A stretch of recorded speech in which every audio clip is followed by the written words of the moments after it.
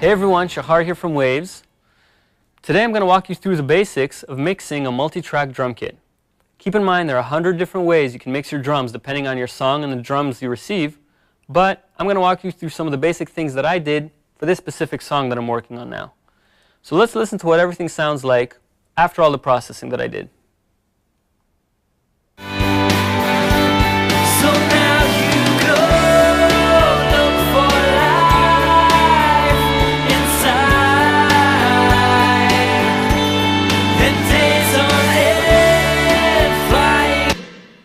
Alright, so there are four main things that you want to take care of.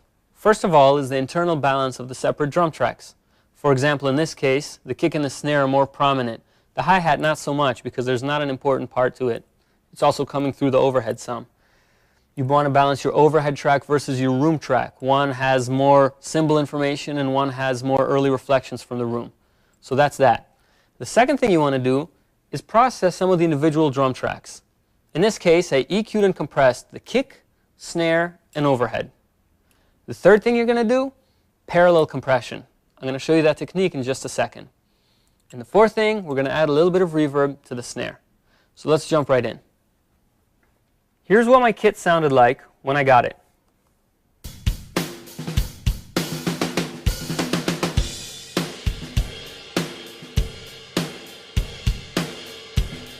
That's actually a pretty well recorded kit, but I want to make it sound even better. So let's start with the kick drum. I pushed about 7 dB at 60 Hertz because between 55 and 90 Hertz is usually where you feel the kick kicking you in the chest, so to speak. And then I pushed a little more at about 5K because I also want the beat to cut through the track.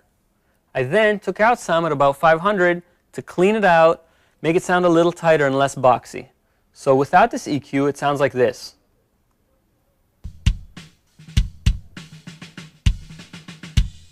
And with it, so that's tighter and it kicks you a little better. Then I put a compressor, the Waves C1.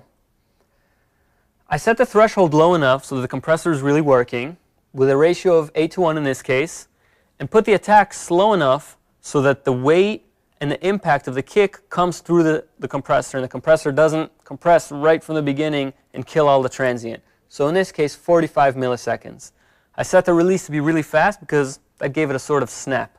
So with the EQ and the compression, the kick sounds like this. Here's without, and with. Alright, let's jump to our snare. I wanted the snare to really cut through in this song. It needed a lot of crack. Here's what it sounded like originally. And with my EQing. What I did was push about 10 dB at 2.5K. That's where the crack came from.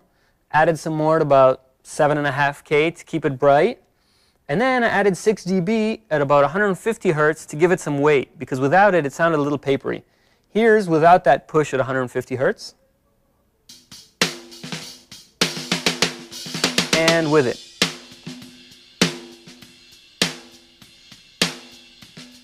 Just a little heavier. It works. I used compressor settings that are pretty similar to the kick for more or less the same reasons. Just the threshold was in a bit of a different place, but again, left the attack long enough so that the snare comes through and a fast release for the snap. Let's jump to the overhead tracks. This is what the overhead sounded like with nothing on them.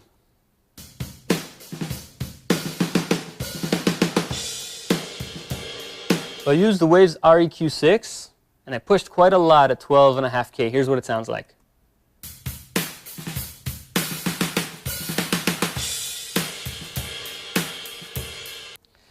I pushed that frequency because I wanted that sparkle and the shine out of the rides. Typically, cymbals start at about 8K, but that would have been too heavy for this track. So 12.5 gave me the point where it gives shine, but not too much weight to the stick of the ride.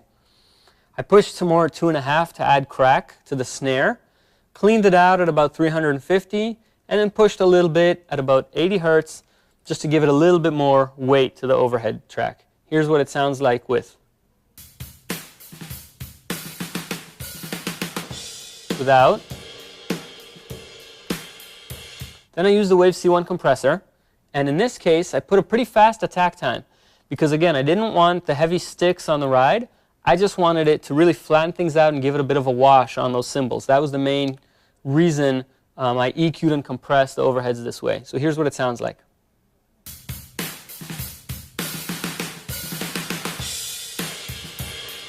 Without the EQ and compression, and with. So that's all the processing we're going to do to the individual tracks. Let's hear it again, unprocessed.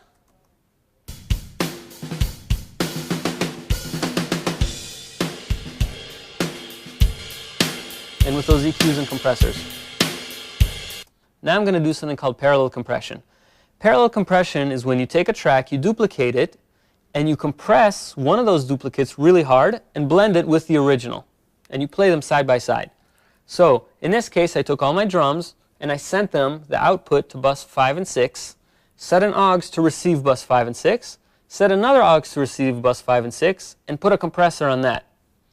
Let's listen just to the aux with a compressor. I use the SSL bus comp.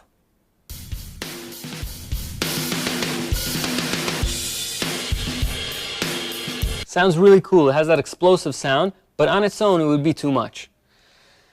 I put the threshold very low so that the compressor is really working, cranked up the makeup gain, set a fast attack, because that's what worked, gave me a bit of the explosive sound and the fast release.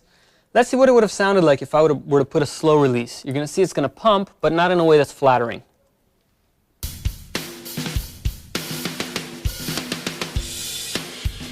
With the fast release,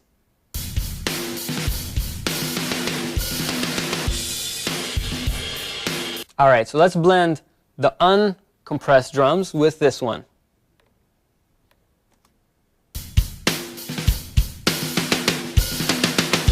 That's too much. That's about a good spot.